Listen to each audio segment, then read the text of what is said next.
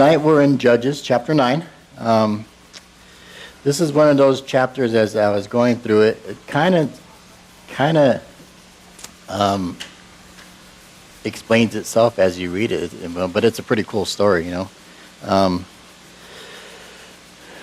Last time I taught was on chapter 4 and 5 of Judges, and I was told that because there's some pretty difficult words to pronounce and names to pronounce in cities and stuff in Judges, and somebody told me that I never pronounce the same word the same twice. So tonight I'm going to try to improve on that and see how I do. No promises though. So everyone's life is of use. At the very least, we can be used to be a bad example, right? So the guy we're going to read about tonight is an example of that. He's a good example of a bad example. Abimelech. So I'm going to start in verse 1 in chapter 9. It says, Then Abimelech, the son of Jerubbaal, went to Shechem, to his mother's brothers, and spoke with them and all the family of the house of his mother's father, saying, Please speak in the hearing of all the men of Shechem. I kind of find it interesting that he used the word please, because he kind of sounds like he's a nice guy, right? But we're going to find out that he's not such a nice guy after all. So it says, Please speak in the hearing of all the men of Shechem, which is better for you, that all 70 of the sons of Jerubbaal reign over you, or that one reign over you. Remember that I am your own flesh and bone. And his mother's brothers spoke all these words concerning him in the hearing of all the men of Shechem. And their heart was inclined to follow Abimelech, for they said, He is our brother. So for those of you who don't know, Jerubbaal is Gideon. Just another name for Gideon. The name he was given by his father when he destroyed the altar of Baal, and it means contender of Baal. And Abimelech is one of his 70 sons, so the guy's got a lot of kids, and it means my father is king. So the last verse, right here in verse 3, it says, And his mother and brothers spoke all these words concerning him, and in the hearing of all the men of Shechem. And their heart was inclined to follow Abimelech, for they said, He is our brother. So this kind of, the Bible tells us we're to seek godly wisdom, right? Godly counsel, wise counsel.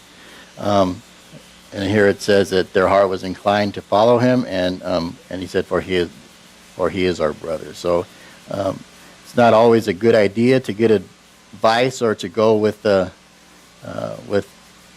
what our family thinks sometimes, right? If they're not believers and not followers, like just because they support us or they say, hey, that sounds like a great idea.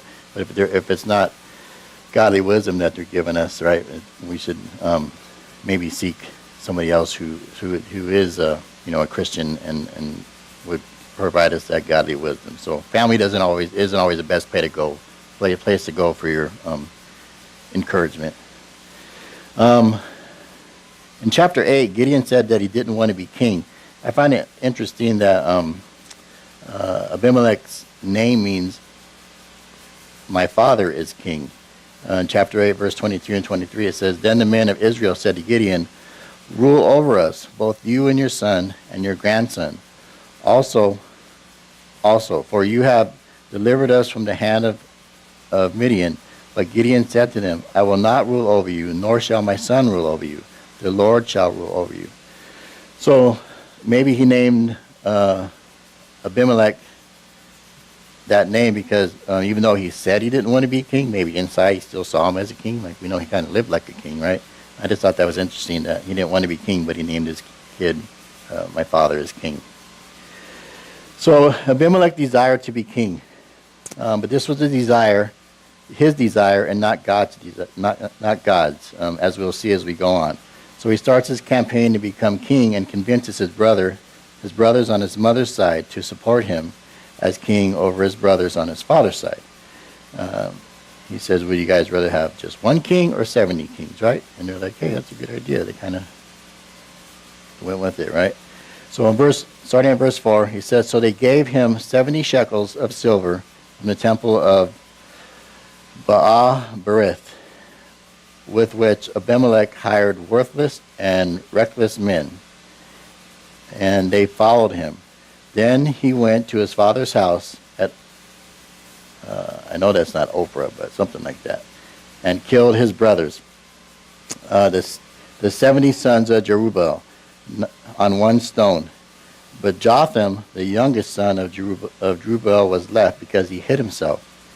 And all the men of Shechem gathered together, all of Beth Milo, and they went and made Abimelech king because the terebinth tree, beside the terebinth tree at the pillar, was in Shechem.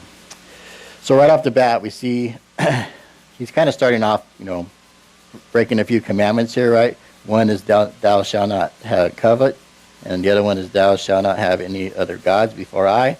And then he's getting ready to break a third one, which is thou shalt not murder.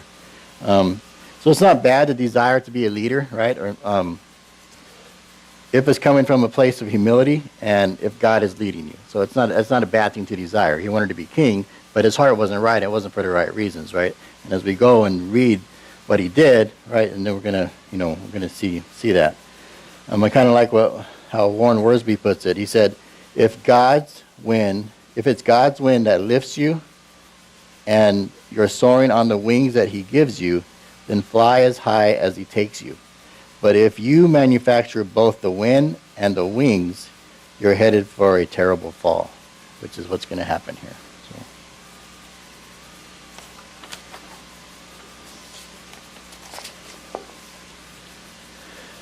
So they gave him some money that was collected in the temple of Baal, and he takes the money and he hires some shady characters to help him kill his brothers on his father's side. So just like today, good help is hard to find, right? So we can already kind of see his characteristics and his heart and what kind of person he is, right? No God-fearing man or godly man is going to take money from a temple of an idol, which is where that money came from. So our story starts with this guy who wanted to be king. He gets some money collected in the temple of Baal and spends it by hiring some guys to help him kill off his brothers. And the men of Shechem decide that that's the kind of leader they want, and they make him king. It kind of sounds like something that, could happen in today's time, right? Hey, that sounds like a great guy to be king. So, but he didn't kill them all, right? It says Jotham, the youngest son, and evidently the wisest, right? Because he hid and wasn't killed. So out of 70 of them, he hides and escapes the massacre.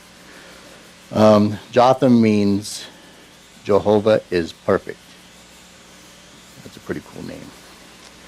So now we're going to talk about the parables of the trees, or the talking trees. So I believe this is the first parable in the Bible. I always thought that parables were only in the New Testament, and Jesus was the one that started speaking in parables. But we can see here that there's parables in the Old Testament as well. So in verse 7, it says, now when they told Jotham, he went and stood on top of Mount Gerizim and lifted his voice and cried out, and he said to them, listen to me, you men of Shechem, that God may listen to you. The trees once went forth to anoint a king over them. And they said to the olive tree, reign over us. But the olive tree said to them, should I cease giving my oil, with which they honor God and men, and go to sway over trees? Then the tree said to the fig tree, you come and reign over us. But the fig tree said to them, should I cease my sweetness and my good fruit, and go and to sway over the trees?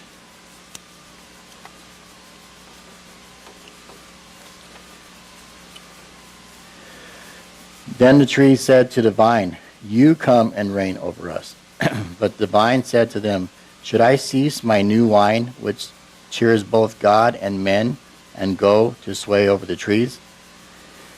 Then the tree said to the bramble, you come and reign over us. And the bramble said to the trees, if in truth you anoint me as king over you, then come and take shelter in my shade.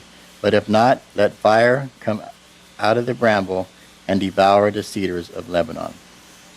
So the olive, the fig, and the vine all say thanks but no thanks when they were asked to be the king, right? They were content with being used for good and doing what they were called to do. The bramble is actually not a tree, but it's a thorny bush. And it's not even a tree at all, right? And it wouldn't provide much shade or protection for them. And this is Abimelech. So Abimelech is the bramble. He's a king that is not going to protect them or be any value to them as their king. The only thing a bramble bush is good for is fuel for a fire. So next we see Jotham informing them that they will be punished for their choice, and they will reap what they have sown. So he's going to prophesy over them and kind of give them an idea of what's going to happen to them. So verse 16 says, "Now therefore, if you have acted in truth and sincerely in making Abimelech king, and if you have dealt with Jerubbaal and his house, and have done to him as he deserves, for my father fought for you, risked his life, and delivered you out of the hand of Midian. But you have risen up against my father's house this day, and killed his 70 sons on one stone, and made Abimelech, the son of his female servant, king over the men of Shechem, because he is your brother. If then you have acted in truth and sincerity with Jerubbaal and with his house this day, then rejoice in Abimelech, and let him also rejoice in you. But if not, let fire come from Abimelech and devour the men of Shechem and Beth Milo, and let fire come from the men of Shechem and from Beth Milo and devour Abimelech."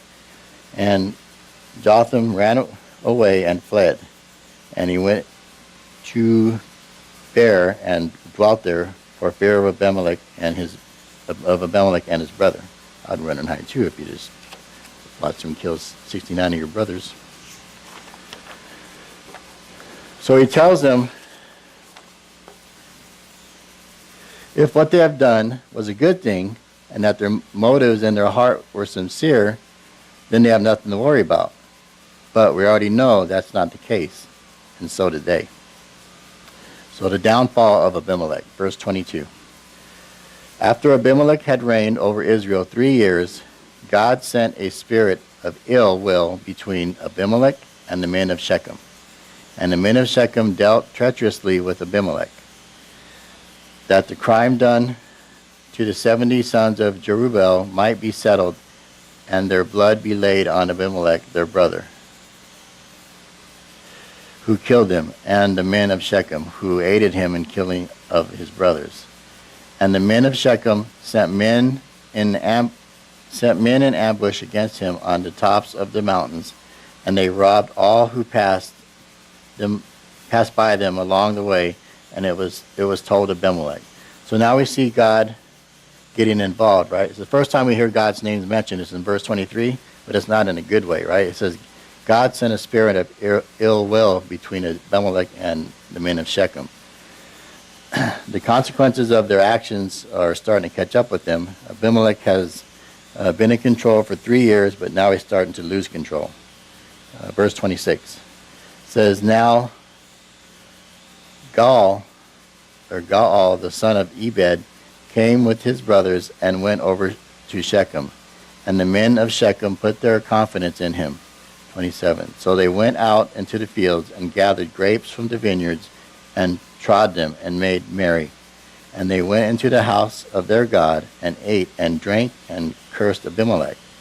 Then Gaal, the son of Ebed, said, 'Who is Abimelech, and who is Shechem, that we should serve him? Is he not the son of Jerubbaal, and is not Zebul his officer? Serve the men of honor of Hamor, the father of Shechem. But why should we serve him?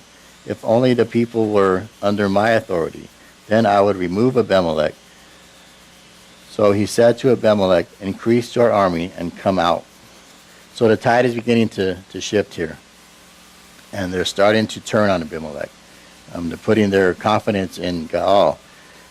And this is the spirit of ill will that God has sent into action. So Gaal calls Abimelech out. So they're getting ready to start fighting against each other, which is what happened when God put that spirit of ill will in them. So verse 30 says, when Zebul, the ruler of the city, heard the words of Gaal, the son of Ebed, his anger was aroused, and he sent messengers to Abimelech, secretly saying, take note, Gaal, the son of Ebed, and his brothers have come to Shechem, and they are fortifying the city against you. Now therefore, get up by night, and the people who are with you, and lie in wait in the field. And it shall be, as soon as the sun is up in the morning, that you shall rise early and rush upon the city. And when he and the people who are with him come out against you, you may then do to them as you find opportunity. So Zebul warned Abimelech of what Gaal was planning to do.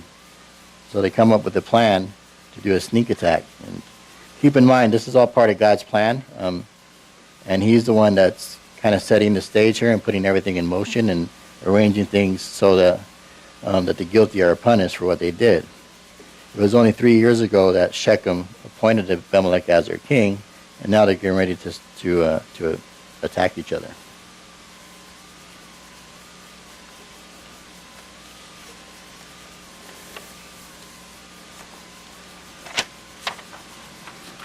So in verse 34 says,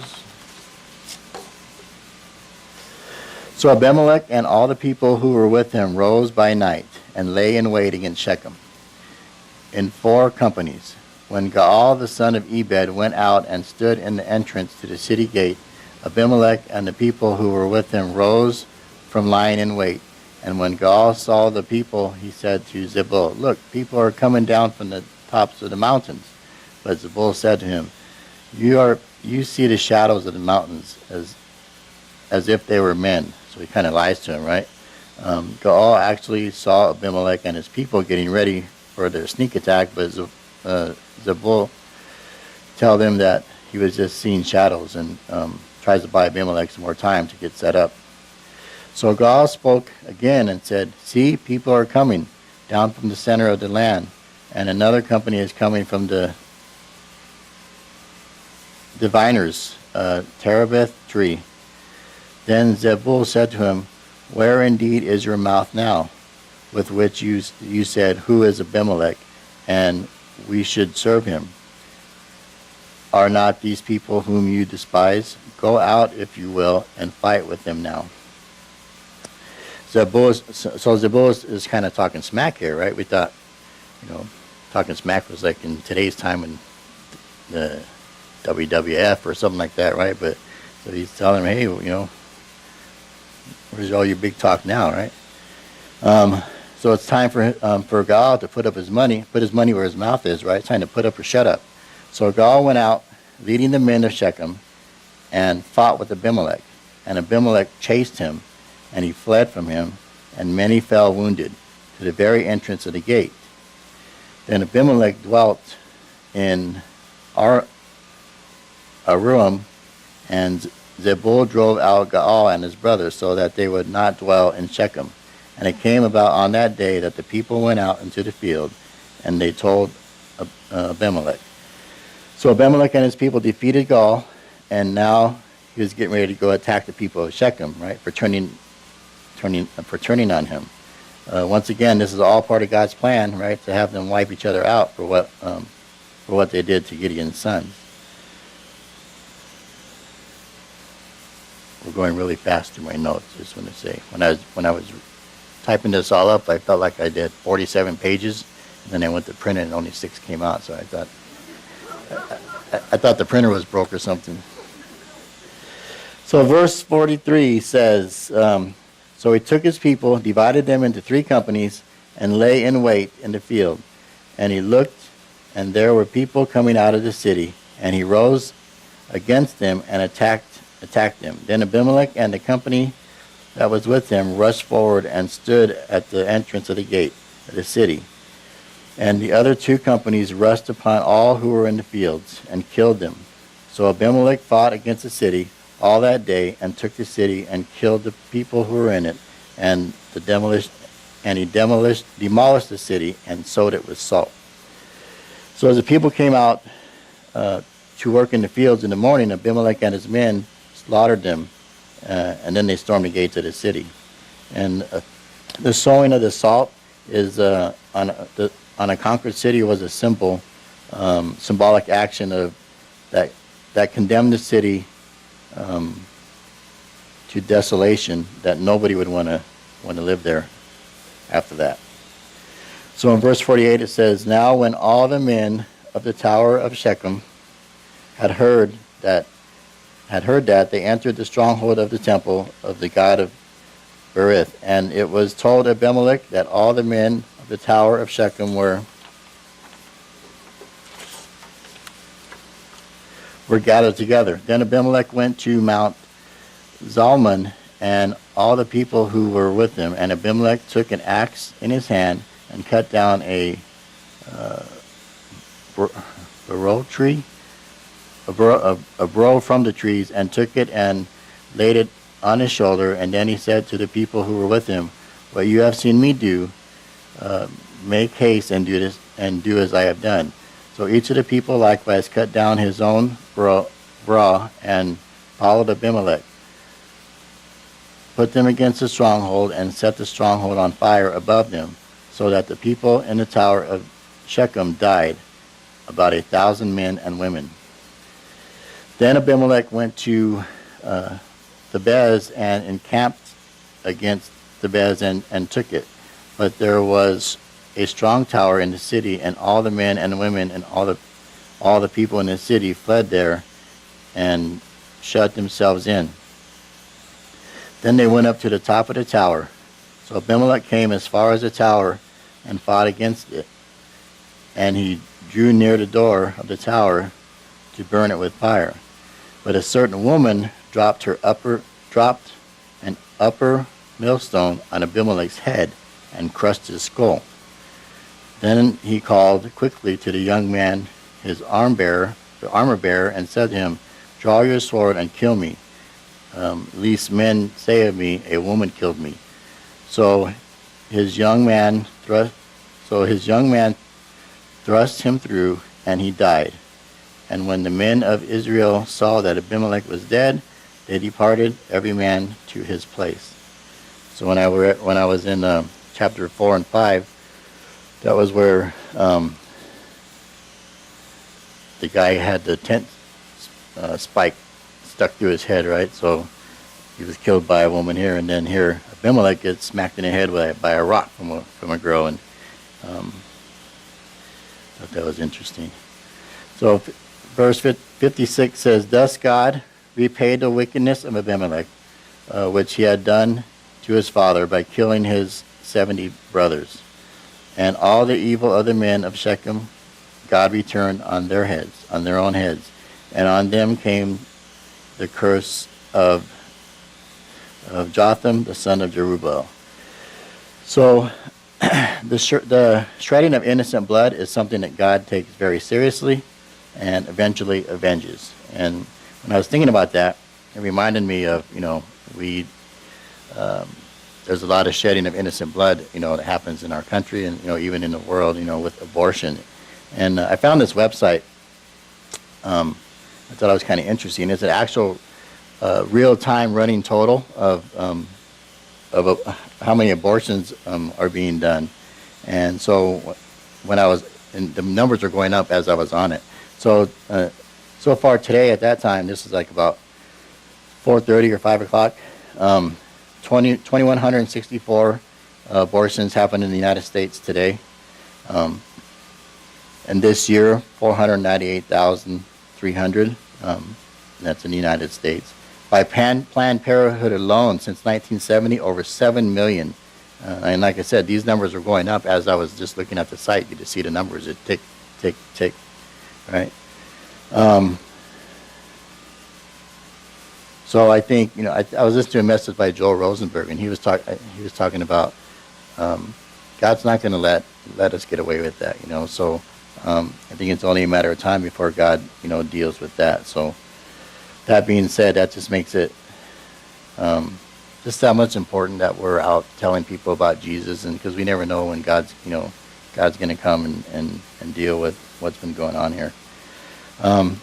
So Abimelech made a mistake here by getting too close to the tower, right? And some woman dropped a rock on his head, but it didn't kill him. And he was worried about how people would remember him, so he asked for his arm bearer to finish him off. But if you look at 2 Samuel, verse 11:21, it tells us that he was killed by a woman. So even though his armor bearer is the one who finished him off, in 2 Samuel 11:21, it says, "Who struck Abimelech, the son of Jerubbaal? Was it not the woman who cast a piece of millstone on him from the wall, so that he died in Thebez?" So even though, it was still known that it was a woman that had killed him. So Abimelech lost his life, and he lost his kingdom. So the moral to the story is, if God's not in it, it won't be long before you're not in it either. And that's all I have. We have some questions on the board that you guys can get in groups of 4 or 5 or whatever you feel like and discuss the questions.